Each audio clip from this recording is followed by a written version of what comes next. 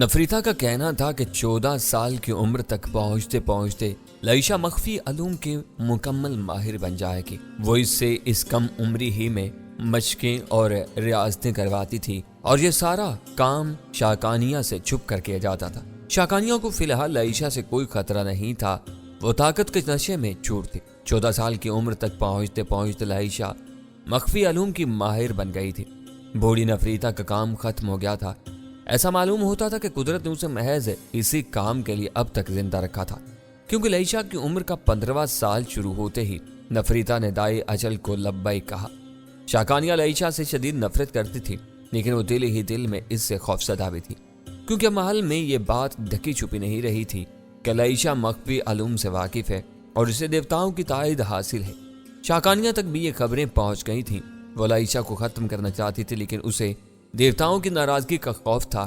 وہ ڈرتی تھی کہ کہیں لائشہ کا خون اس کے لیے عذاب نہ بن جائے، اسی لیے وہ اپنی خواہش کے باوجود لائشہ کا کچھ نہیں بگاڑ سکتی تھی۔ البتہ اس نے اس کی نقل و حرکت پر طرح طرح کی پابندیاں عائد کر دی تھی اور کئی دوسرے طریقوں سے لائشہ کو آزار پہنچاتی تھی۔ اور پھر وہ وقت آ گیا جس کے لائشہ نے اپنے علم کی بنیاد پر پیشن گوئی کی۔ شاکانیہ کے جہاز پر حملے کا منصوبہ لائشہ کی پیشن گوئی کی بنیاد پر بنایا گیا تھا، اور پھر وہی سب کچھ ہوا اور اب تک ہو رہا ہے جو لائشہ نے مجھے بتایا تھا۔ شاکانیہ کا زوال ہو چکا ہے، وہ تمہارے سامنے زنجیروں میں جکڑی کھڑی ہے اور لائشہ آزاد ہے۔ وقام نے اپنی داستان ختم کر کے گہرا سانس لیا۔ ان ساری باتوں کے دوران لائشہ اور شاکانیہ بالکل خاموش رہی تھی۔ میں نے شاکانیہ کے چہرے کی طرف دیکھا، اس کا رنگ بالکل زرد ہو رہا تھا، اس کی آنکھوں میں آنسو تر رہے تھے۔ بڑی دلچسپ اور حیرت انگیز داستان ہے تم لوگوں کی، میں نے گہرے سکوت کو توڑتے ہوئے کہا۔ ویسے اس داستان کے بعض ٹکڑے میں شاکانیہ اور ڈمپ کی زبانی سن چکا ہوں، لیکن اب پوری بات میرے سامنے بالکل واضح ہو چکی۔ بہرحال اب تم یہ بتاؤ کہ مجھ سے کیا چاہتے ہو؟ ازبیلا کی حکومت حاصل کرنے کے لیے تمہاری مدد، بوکام کی بجائے لائشہ نے جواب دیا۔ اور اگر میں اس تعاون سے انکار کر دوں تو؟ میں نے کہا۔ تو پھر اس مرتبہ بھی لائشہ نے جواب دیا۔ تمہاری زبان سے انکار کا لفظ نکلتے ہی 4 تلواریں بیک وقت شاکانیہ کے جسم پر ٹوٹ پڑیں گی، اور قبل اس کے کہ تم اس تک پہنچ سکو اس کے جسم کے ٹکڑے ہو چکے ہوں گے۔ یہ 4 جلاد، اس نے ان محافظوں کی طرف اشارہ کر کے کہا جو ننگی تلواریں لیے شاکانیہ کے چاروں طرف کھڑے تھے، صرف ہمارے اشارے کے منتظر ہیں۔ اکیاس، میرا علم مجھے کبھی غلط بات نہیں بتایا کرتا۔ مجھے معلوم ہے کہ تم شاکانیہ کی زندگی کے خواہاں ہو، اس وجہ سے نہیں کہ تمہیں اس سے محبت ہے، بلکہ اس وجہ سے کہ تمہیں اس سے ہمدردی ہے۔ تم اسے زمانے کی ٹھکرائی ہوئی ایک ایسی مظلوم عورت سمجھتے ہو جو ذہنی مریضہ ہے اور اپنی محرومیوں کا انتقام ساری دنیا سے لے رہی ہے۔ تم شاکانیہ کی موت کے خواہاں نہیں ہو اور اس کی زندگی بچانا چاہتے ہو، اور اس کی زندگی صرف اسی صورت میں بچ سکتی ہے جب تم ہماری مدد کرو۔ پروفیسر، میں اس فتنہ لڑکی کی بات سن کر بہت حیران ہوا۔ بلا شبہ شاکانیہ کی تمام تر غلط حرکتوں کے باوجود مجھے اس کے ڈریے کی غریب بیٹی سے دلی ہمدردی تھی، جسے زمانے نے سنگ دل اور بے رحم بنا دیا تھا، اور میں چاہتا تھا کہ وہ دنیا میں کچھ دن اور زندہ رہے اور حالات سے سبق سیکھے، نئے طریقے سے عام انسانوں کی طرح زندگی گزارنے کا سلیقہ پہچانے، اور اسی لیے میں اسے موت کے منہ سے بچانا چاہتا تھا۔ لائشہ کے علم نے اس کی بالکل صحیح رہنمائی کی تھی، وہ میرے بارے میں مکمل معلومات رکھتی تھی۔ دونوں باپ بیٹی میری اس مجبوری سے فائدہ اٹھانا چاہتے تھے کہ میں شاکانیہ کو زندہ دیکھنا چاہتا تھا۔ وہ دونوں میرے ساتھ وہی کر رہے تھے پروفیسر جسے تم لوگ اپنی آج کی دنیا کی زبان میں بلیک میلنگ کہتے ہو۔ بہرحال میں اس بلیک میلنگ کا شکار ہونے کے باوجود خود کو تیار کر رہا تھا، ورنہ ان کی میرے سامنے کوئی حیثیت نہیں تھی۔ میرے لیے اس سے کوئی فرق نہیں پڑتا تھا کہ ازبیلا کی حکومت شاکانیہ کے پاس رہے یا لائشہ کے پاس، میں تو صرف شاکانیہ کو زندہ دیکھنا چاہتا تھا، اور پھر اس طرح مجھے ایک اور کھیل میں شریک ہونے اور اپنا بھرپور کردار ادا کرنے کا موقع مل رہا تھا۔ ظاہر ہے پروفیسر، ملی تو یہ سب کچھ کھیل ہی تھا۔ مجھے اپنے لیے نہ تو سلطنت چاہیے تھی، حکومت، نہ دولت، میں تو سب کچھ دوسروں کے لیے کر رہا تھا۔ میری زندگی کی سارے مہمات دوسروں کو فیض پہنچانے کے لیے تھیں۔ چنانچہ میں شاکانیہ کی جان بچانے کی خاطر بوکام اور اس کی بیٹی کے ہاتھوں بلیک میل ہونے کے لیے تیار تھا۔ تمہارا علم حیرت انگیز ہے لائشہ، میں نے مسکراتے ہوئے کہا۔ بہرحال مجھے تم لوگوں کی بات منظور ہے، میں شاکانیہ کو زندہ دیکھنا چاہتا ہوں، اور اس کے صلے میں ازبیلا کی حکومت حاصل کرنے میں تمہاری مدد کروں گا۔ لیکن یہ بتاؤ کہ شاکانیہ کے مستقبل کے بارے میں تم نے کیا فیصلہ کیا ہے؟ شاکانیہ چاہے تو ازبیلا میں قیام کر سکتی ہے۔ اس بار بوکام نے جواب دیا۔ وہاں اسے ایک محل میں نظر بند رہنا پڑے گا جہاں اس کی ضرورت کی ہر چیز وافر مقدار میں فراہم کی جائے گی۔ और एक साबिक मलका की हैसियत से इसका एहतराम भी किया जाएगा, लेकिन इसे महल से बाहर निकलने और लोगों से मिलने की इजाजत नहीं होगी। खंगाना, चालूत और बाकी कैदियों का क्या होगा, मैंने पूछा। अगर तुम मुनासिब समझो उसकी इजाजत दो तो इन्हें हम अजबेला के फतेह तक अपना कैदी रखना पसंद करेंगे। बौकाम ने जवाब दिया, इसके बाद मेरा वादा है कि इन्हें आज़ाद कर दिया जाएगा। ठीक है, मैंने जवाब दिया, लेकिन मैं जालूत की फौरी आज़ादी चाहता हूँ। वो शाकानिया की फौज का सिपाही नहीं है, बल्कि मेरे साथ उसे भी शाकानिया ने मंडी से खरीदा था। वो मेरा दोस्त है। जहाँ तक बाकी लोगों का ताल्लुक है, तुम उन्हें अपनी फतेह तक का अपना कैदी रख सकते हो, लेकिन इनमें से किसी को भी कोई तकलीफ न पहुंचाई जाए। ऐसा ही होगा इक्यास, बोकाम ने कहा और जोर से ताली बजाई। एक 9 उम्र कजाक पत्थर के तिरछे हुए दर से गुजर कर अंदर आया। जालूद को यहाँ ले आओ, बोकाम ने उसे हुक्म दिया, और शाकानिया के पास से इन तलवारों का मजमा हटा दो। अब इनकी जरूरत नहीं है। शाकानिया को एक साफ कमरा दे दो जिसमें वो आराम कर सके, वो बहुत थक गई है। मैंने हुक्म जारी किया। बोकाम ने हाथ से इशारा किया और चारों तलवारबाज सर झुकाए हुए वहां से निकल गए। सिर्फ 2 मुहाफिज रह गए जो शाकानिया को संभाले हुए थे। इसकी जंजीर खोल दो, मैंने बराह रास्त मुहाफिजों को हुक्म दिया। बोकाम ने इस्बात में गर्दन हिलाई। मुहाफिजों ने शाकानिया को आज़ाद कर दिया। शाकानिया, मैं नर्म लहजे में उसे मुखातिब करते हुए कहा, इन लोगों के साथ जाओ और अपने कमरे में आराम करो। तुम्हें सुकून की जरूरत है। मैं थोड़ी देर बाद तुमसे मिलने आऊंगा और इत्मीनान से बातें करूंगा। तुम मेरे पास आओगे? शाकानिया ने इस तमाम अरसे में पहली बार अपनी जुबान खोली। उसे शायद अपने कानों पर यकीन नहीं आ रहा था। क्यों? मैंने मुस्कुरा कर पूछा, क्या तुम्हारे पास आने से मुझे कोई रोक सकता है? नहीं। शाकानिया के बजाय बोकाम बोला, क्या आज भला हमारी क्या मजाल कि तुम पर कोई पाबंदी लगाए? शाकानिया को रुखे सुर्ख वाले कमरों में से शुमाल की तरफ का आखिरी कमरा दे दो। बोकाम ने मुहाफिजों को हदायत दी। शाकानिया गैर मुसल्लह मुहाफिजों के साथ रवाना हो गई। क्या अब भी तुम इस बात से इनकार करोगे कि तुम देवता नहीं हो? शाकानिया ने एक अफसुर्दा मुस्कुराहट के साथ मेरा खैर मकदम करते हुए कहा। इसके कमरे में इसके अलावा और कोई नहीं था। कमरे के बाहर भी कोई मुहाफिज मौजूद नहीं था। शाकानिया पूरी तरह आज़ाद थी। इस वक्त वो आरामदेह बिस्तर पर नींद दराज थी और बिस्तर के साथ रखी हुई मेज पर काफी मकदार में खाने पीने की अशिया मौजूद थी। बोकाम ने उसके आराम का पूरा ख्याल रखा था। अगर तुम्हारा इसरार है तो चलो यूं ही सही, मैंने हंसते हुए कहा। मैं उसे बहरहाल खुश करना चाहता था। वो लोग तुमसे खौफजदा हैं, उसने कहा। इनका यही खौफ मेरी जिंदगी का बायस बना है। अगर तुम हमारे दरमियान में ना होते तो वो मुझे कब का हलाक कर चुके होते। अब तुम्हें कोई हलाक नहीं कर सकता, मैंने पुरजोर लहजा में कहा। तुम मेरी पनाह में हो, वो तुम्हें जिंदा रखेंगे। हाँ इक्यास, उसने ठंडी सांस भरते हुए कहा। शायद मैंने लाइशा और उसकी माँ पर बड़ा जुल्म किया है। अगर मैंने ऐसा ना किया होता तो आज मेरा ये अंजाम ना होता। बहरहाल मैं मायूस नहीं हूँ और मुझे उम्मीद है कि मेरे बतन से जन्म लेने वाली औलाद अजमीर मेरे लिए खुशबख्ती की अलामत साबित होगा।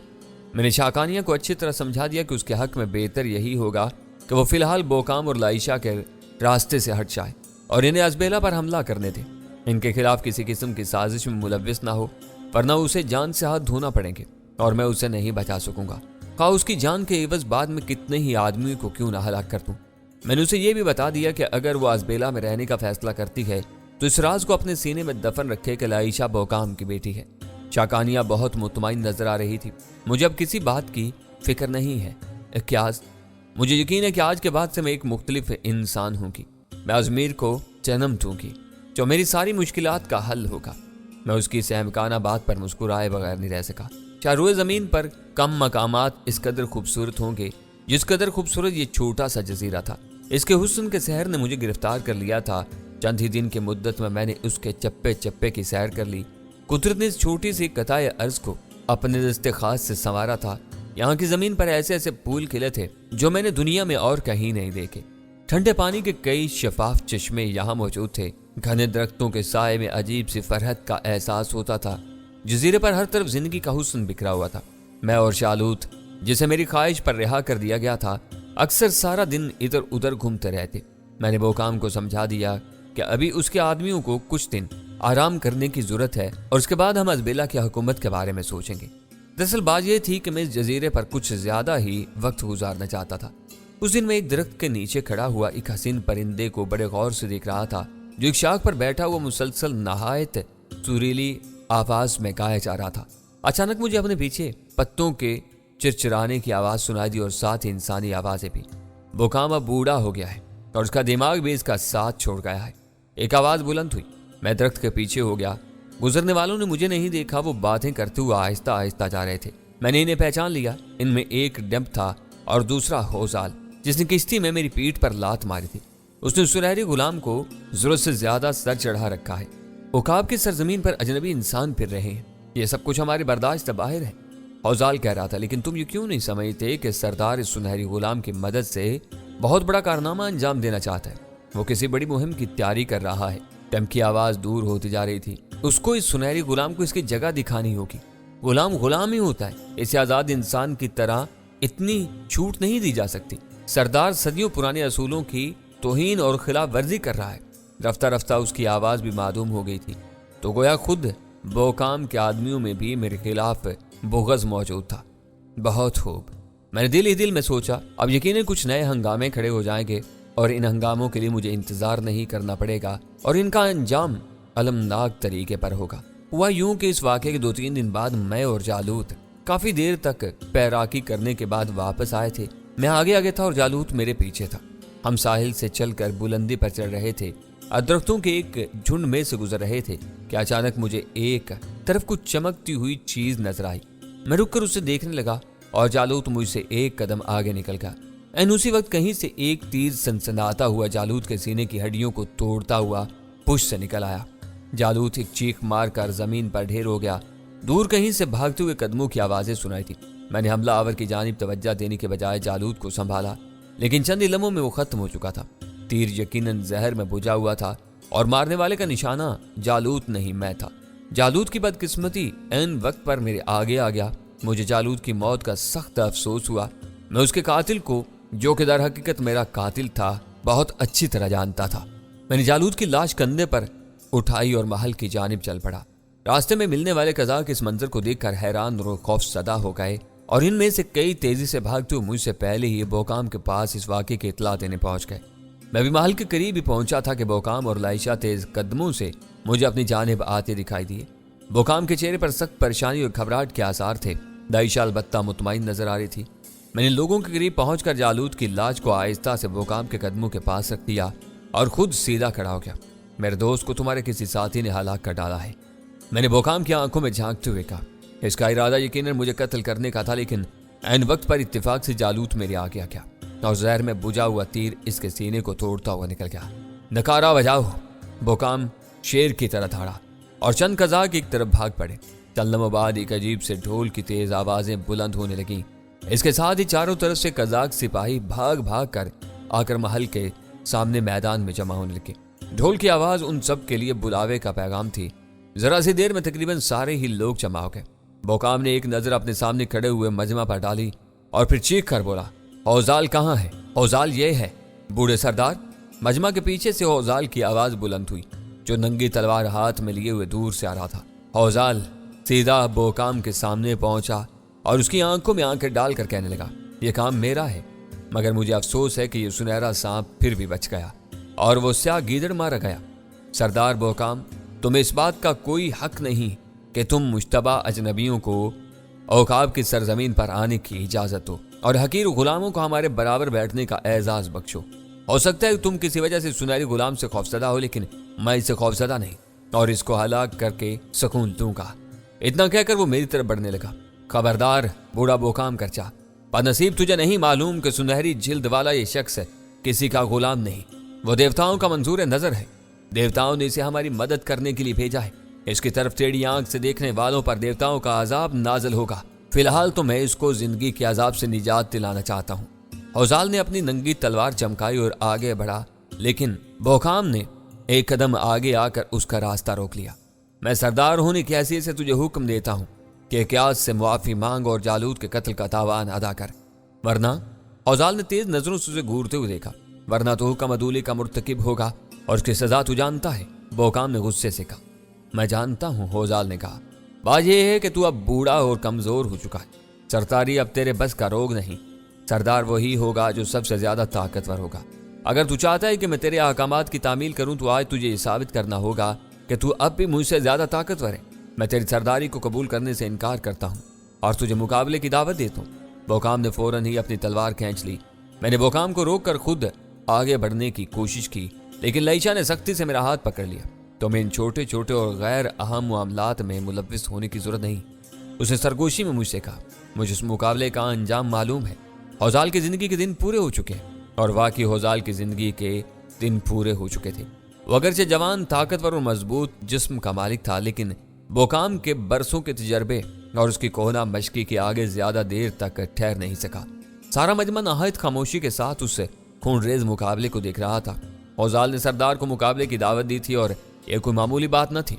अगर इस मुकाबले में बोकाम को शिकस्त हो जाती तो हौजाल नया सरदार बनता, बशर्ते कि कोई दूसरा शख्स उसकी सरदारी को चैलेंज न कर देता। बोकाम के तजर्बे और महारत ने थोड़ी ही देर में इस मुकाबले का फैसला कर दिया और हौजाल की गर्दन दूर जा पड़ी। इसके बगैर सर के लाश जालूद की लाश से थोड़े ही फासले पर पड़ी हुई थी। क्या कोई और है जो मेरे बुढ़ापे को ललकारने की हसरत रखता है? बोकाम ने गजबनाक अंदाज में अपने आदमियों को देखते हुए कहा, अगर तुम में से किसी को यह दावा है कि वो सरदारी के मनसब का मुझसे ज्यादा मुस्तहिक है तो सामने आए, मैं तैयार हूं। मजमा खामोश रहा, कोई आवाज बुलंद नहीं हुई। यकायक एक बूढ़ा कज़ाक आगे बढ़ा और गोया हुआ, बोकाम, हम तुझे बहादुर और काबिल इज्जत कर जानते हैं और हमें यकीन है कि तू जो कुछ सोचेगा हम लोगों की भलाई के लिए सोचेगा। हम तुझे ही अपना सरदार तस्लीम करते हैं। मजमा में मंजूर है कि सदाएं बुलंद होने लगीं। बोकाम ने अपने साथियों का शुक्रिया अदा किया और इनसे कहा कि इस वक्त वो आराम करें और आइंदा बात का इंतजार करें। लोग बोकाम की बात सुनकर मुंतशिर हो गए और अपने अपने काम धंधों में लग गए। बोकाम के हुक्म पर जालूद की लाश को पूरे रवायती एजाज के साथ दफन कर दिया गया। हौजाल की लाश समंदर में बहा दी गई, जहां वो मछलियों की खुराक बन गई। एक हफ्ता की मुद्दत गुजरने के बाद मैंने बोकाम के साथ अजबिला पर हमले की मंसूबाबंदी का आगाज कर दिया। मैंने उसे यह समझाया कि सबसे पहले तो उसे एक मजबूत बहरी बेड़े की जरूरत है, क्योंकि अजबेला की फौज एक जबरदस्त बहरी बेड़े की मालिक है जिसमें कई जंगी जहाज शामिल हैं। बोकाम और उसके साथियों के पास बड़े जहाज नहीं थे, बल्कि छोटी छोटी किश्तियां थीं जो तेज रफ्तार थीं और जिनकी नकलो हरकत बहुत आसान थी। ये किश्तियां लूट मार के लिए तो मौजू थीं, क्योंकि वो फौरन ही रुख बदल कर राह फरार इख्तियार कर सकती थीं, लेकिन बाकायदा बहरी लड़ाई के लिए बिल्कुल सूदमंद नहीं थी। प्रोफेसर अगर मैं चाहता तो बोकाम और लाइशा के लिए अजबेला की हुकूमत तन्हा अपनी कुव्वत से हासिल कर सकता था, लेकिन इस तरह एक तरफ तो मेरी गैर मामूली शख्सियत का राज अफशा हो जाता, दूसरा ये कि अजबेला के हुक्मरानों के साथ नाइंसाफी होती। मैं चाहता था कि बोकाम और लाइशा की फौजी अपनी बर्तरी साबित करने के लिए जमकर मुकाबला करें और मैं इनकी मदद के लिए तब ही मैदान में उतरूं जब इन्हें मुकम्मल शिकस्त का खतरा दरपेश हो। मैं अरगोस और उसके साथियों को लड़ने का पूरा मौका देना चाहता था। अरगोस जो शाकानिया की फौज का बहादुर सिपा सालार था। चुनाचे मेरी हदायत के मुताबिक बड़े बड़े दरख्तों को काट कर लकड़ी से भारी जहाजों की तामीर का काम शुरू किया गया। जजीरे पर ऐसे बड़े बड़े दरख्तों की कोई कमी न थी जिनकी लकड़ी बहुत उम्दा और मजबूत थी। कज़ाकों ने इस काम में बड़ी दिलचस्पी का मुजाहरा किया। ज्यादातर कज़ाक जहाज साजी के बुनियादी असूलों से वाकिफ थे, क्योंकि इनकी जिंदगी का बेशतर हिस्सा पानी ही में गुजरा था, लेकिन इन्होंने खुद कभी बड़े पैमाने पर जहाज नहीं बनाए थे। अब वो मेरी निगरानी में बड़े जहाज तामीर कर रहे थे और मैंने महसूस किया कि इस काम में कोई दिक्कत पेश नहीं आ रही, बल्कि इसके बरखिलाफ बड़ी तेजी और महारत के साथ उम्दा किस्म के जहाज तैयार कर रहे हैं। उन्हें बस मेरी थोड़ी सी रहनुमाई की जरूरत थी और फिर वो खुद बखुद आगे बढ़ने लगे। बोकाम ने इन्हें एक नई और पुरतहफ़्फ़ुज़ जिंदगी की नवीद दी थी और वो इस नई जिंदगी के तसव्वुर से सरशार थे। वो जल्द अज जल्द अपनी तैयारियां मुकम्मल करने और नई मुहिम पर रवाना हो जाने के आरज़ूमंद थे। हौजाल के मरने के बाद से फिर किसी कज़ाक ने मेरी तौहीन नहीं की थी। मेरा रवैया उन सब के साथ दोस्ताना था और मैं इन्हें नई नई बातें बताता था जिन्हें वो बड़े गौर और हैरत के साथ सुनते थे। मैंने महसूस किया कि मेरी जानिब उनके रवैये में एहतराम के अलावा खौफ का उनसर भी शामिल था। मेरा ज्यादातर वक्त अब इन्हीं लोगों के साथ गुजरता था और मेरी निगरानी में जंगी तैयारियों का काम पूरे जोरों शोर से जारी था। वो काम बहुत खुश और मुतमईन था। उसे जिंदगी में पहली बार अपनी बेटी को अपने साथ रखने का मौका मिला था और अब उसकी बेटी अनकरीब एक बड़ी सल्तनत की हुक्मरान बनने वाली थी। लाइशा के बारे में दूसरे कज़ाकों को यही बताया गया था कि शाकानिया की सौतेली बेटी है और बोकाम की पनाह में आ गई है। वो बोकाम की मदद से अजबेला की हुकूमत हासिल करना चाहती है, जो उसका जायज हक है, क्योंकि शाकानिया कातिल और गासिब है। अरगोस तो हमारे इस अचानक हमले से बड़ा हैरान और मुताज्जिब हो जाएगा। हो सकता है कि वो फौरी तौर पर दिफाही तैयारियां भी ना कर सके। मैंने एक दिन लाइशा से कहा, शाम का वक्त था और हम दोनों एक छोटे से टीले पर बैठे हुए गरूब आफ्ताब का मंजर देख रहे थे। हमारी नजरों के सामने दूर दूर तक वसी और अरीज समंदर फैला हुआ था। समंदर के पानी में बैक वक्त कई रंग नजर आ रहे थे, हल्का नीला, गहरा नीला, सब्ज, सब्ज काही। बड़ा दिल खुश कुन मंजर था। دور افق پر جہاں سمندر و آسمان ایک دوسرے میں جذب ہوتے ہوئے نظر آ رہے تھے، سورج ایک سرخ گولے کی مانند آہستہ آہستہ نیچے اترا تھا۔ اس کا کچھ حصہ سمندر میں ڈوب چکا تھا اور یوں لگتا تھا کہ تھوڑی دیر بعد سمندر کی لکھ و دک دنیا سورج کے اس چھوٹے سے گولے کو اپنے حلق میں اتار دے گی اور پھر ہر طرف اندھیرا پھیل جائے گا۔ میں اور لائشہ اکثر شام کا وقت ایک ساتھ گزارتے تھے۔ میری طرح اس نے بھی عقاب کی سرزمین پر پہلی مرتبہ قدم رکھا تھا اور اسے یہ حسین جزیرہ بہت پسند آیا۔ اس نے میرے سامنے بار بار اپنی اس خواہش کا بھی اظہار کیا تھا کہ اگر ازبیلا کی مہم درپیش نہ ہوتی تو شاید وہ اپنی ساری زندگی اس خوبصورت خطۂ ارض پر گزار دیتی۔ میری بات کے جواب میں لائشہ نے گردن ہلائی۔ ایسی بات نہیں ہے کیاس، ارغوز کو یا تو اب تک ہمارے ارادوں کا علم ہو چکا ہوگا یا پھر کچھ دنوں میں ہو جائے گا۔ لیکن کس طرح؟ میں نے سوال کیا۔ بوکام نے کھلے سمندر میں شاکانیہ کے جہاز پر چھاپا مارا۔ ازبیلا سے سینکڑوں میل دور شاکانیہ کے جہاز پر موجود کوئی بھی شخص فرار نہیں ہو سکا۔ اس کے آدمی یا تو مارے گئے یا گرفتار ہو گئے۔ کوئی بھی ازبیلا پہنچ کر اس واقعے کی اطلاع نہیں دے سکا تھا۔ پھر ارغوز کو ہمارے بارے میں کیسے معلوم ہو جائے گا؟ ارغوز کو تاشرا کی حمایت حاصل ہے، اس نے خاموشی سے جواب دیا۔ اور یہ تاشرا کون ہے؟ میں نے سوال کیا۔ تاشرا ازبیلا کی مشہور ساحرہ ہے، دائشہ نے جواب دیا۔ وہ بہت بوڑھی ہو چکی ہے اور اصل تاشرا میری قابل تعظیم اتالیق نفریتا کی ساتھیوں میں سے ہے۔ نفریتا انتقال کر چکی ہے اور تاشرا ابھی زندہ ہے اور ارغوز کی خاص مددگار ہے۔ تاشرا اس معاملے میں ارغوز کی کیا مدد کر سکتی ہے؟ میں نے سوال کیا۔ تاشرا اس معاملے میں ارغوز کی صرف اتنی مدد کر سکتی ہے کہ وہ اسے ان واقعات سے آگاہ کر دے جو اس وقت ازبیلا کی حدود سے دور دنیا کے کسی بھی حصے میں وقوع پذیر ہو رہے ہیں۔ وہ آنکھوں سے اوجھل واقعات کی تفصیل جان سکتی ہے لیکن پیش آنے والے واقعات کے بارے میں کچھ نہیں بتا سکتی۔ وہ مستقبل بینی کی صلاحیت سے محروم ہے۔ تو کیا تمہارے خیال میں تاشرا ارغوز کو اب تک ہمارے عزائم سے آگاہ کر چکی ہوگی؟ میں نے پوچھا۔ میرا خیال ہے کہ وہ ایسا کر چکی ہوگی، دائشہ نے جواب دیا۔ بات یہ ہے کہ جب شاکانیہ ازبیلا سے روانہ ہوئی تھی تو اس نے اپنی واپسی کے وقت سے ارغوز کو مطلع کیا تھا۔ شاکانیہ کی واپسی کا جو وقت مقرر تھا وہ گزر چکا ہے، بلکہ 3 ہفتے زیادہ ہو چکے ہیں۔ ظاہر ہے کہ ارغوز کو شاکانیہ کے واپس نہ آنے سے تشویش لاحق ہوئی ہوگی اور اس نے شاکانیہ کے بارے میں معلوم کرنے کے لیے تاشرا سے رجوع کیا ہوگا اور تاشرا نے ارغوز کو وہ سب کچھ بتا دیا ہوگا جو ابھی پیش آ رہا ہے۔